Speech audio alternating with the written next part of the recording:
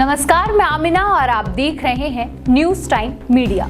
महाराष्ट्र की राजनीति में उथल पुथल के बाद अब राज्य में मॉनसून सत्र शुरू होने वाला है। इससे पहले राज्य में कैबिनेट विस्तार को लेकर चर्चाएं तेज हो गई हैं। माना यह भी जा रहा है कि राज्य में मॉनसून सत्र शुरू होने से पहले कैबिनेट विस्तार हो सकता है। इस महीने की शुरुआत में ही एनसीपी का एक धड़ शिंदे फडणवीस गुट में शामिल हुआ है।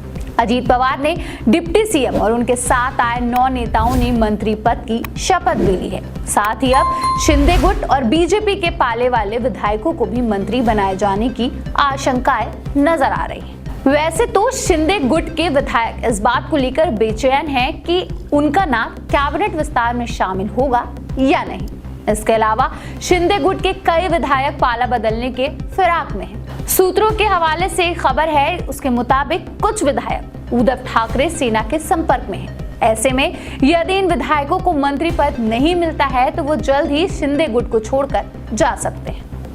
महाराष्ट्र सरकार में 14 अन्य मंत्रियों को शामिल किया जा सकता है। वर्तमान समय में महाराष्ट्र में 3 पार्टी मिलकर सरकार चला रही है। खबर है कि बीजेपी हाईकमान अपने ही कुछ मंत्रियों और शिंदे गुट के कई मंत्रियों के कामकाज से नाराज है। ऐसे में नेताओं की जल्द ही छुट्टी हो सकती है। इनके जगह पर नए विधायकों को मौका देने की चर्चा चल रही है।